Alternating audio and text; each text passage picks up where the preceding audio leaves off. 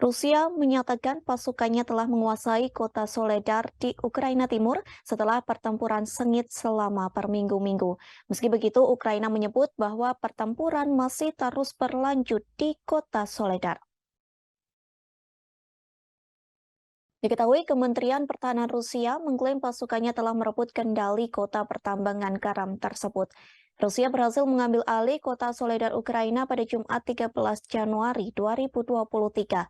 Beberapa bangunan telah menjadi puing-puing sejak Soledar menjadi fokus serangan Rusia yang tanpa henti.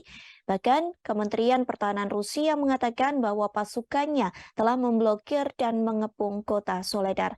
Disebutkan penguasaan kota Soledar bisa tercapai karena sejumlah serangan, baik serangan udara, serangan darat, serangan rudal, serta serangan artileri.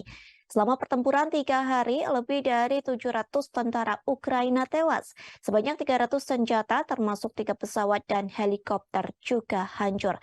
Bahkan pertahanan udara Rusia mampu menembak jatuh 9 roket HIMARS, Olha, dan Uragan selama pertempuran.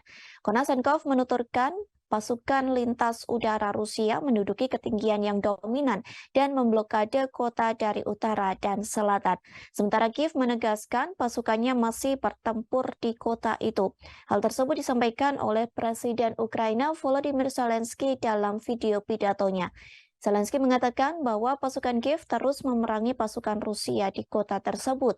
Sebelumnya, juru bicara militer Sergei Kerevati mengatakan pasukan Ukraina telah mengendalikan situasi. Jika Soledar jatuh, itu akan menandai keberhasilan militer yang langka bagi Kremlin setelah serangkaian kemunduran di medan perang dan mundur yang memalukan.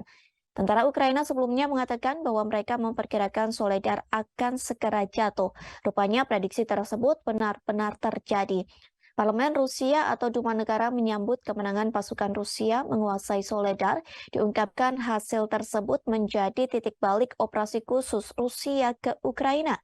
Hal tersebut disampaikan oleh Wakil Ketua Pertama Komite Duma Negara bidang urusan CIS, integrasi dan hubungan dengan rekan sebangsa yakni Viktor Podolatsky yang menerangkan titik balik telah terjadi, dikatakan prinsip seluruh operasi militer khusus terrealisasi setelah Soledar dikuasai. Dengan hal itu, pasukan Rusia semakin mudah merebut kota Bakhmut dan kota-kota lain seperti Kramatorsk. Viktor menjelaskan penguasaan Soledar telah memutus pasokan amunisi Ukraina. Jalur transportasi yang digunakan untuk memasok peralatan barat juga telah terputus. Viktor pun menilai Soledar memainkan peran penting yang telah jatuh ke tangan Rusia. Бажаю здоров'я, шановні українці. Сьогодні відбулись ще кілька етапів нашого дипломатичного марафону. Говорив з пані Чапутовою, президенткою Словаччини, детально про нашу оборонну співпрацю і про дипломатичні заходи, які заплановані у нас з європейцями на найближчий час. Дякую Словаччині за підтримку інтересів України і всієї Європи. Провів переговори із прем'єр-міністром Албанії Рамою. Як завжди, почув розуміння наших потреб, розуміння української позиції. Загалом, завдяки переговорам цього тижня нам вдалося суттєво посилити рішучість партнерів збільшувати постачання зброї для України. І максимально працюємо для того, щоб це було відображено у рішеннях чергової зустрічі в форматі «Рамштайн» – зустрічі міністрів оборони, яка відбудеться в другій половині січня.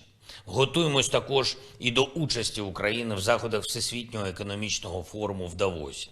Цьогоріч традиційна економічна тематика форуму, очевидно, буде поступатися безпековим питанням. І для нас важливо, щоб на кожне питання світу щодо безпеки була ефективна і чітка українська відповідь. Так і буде.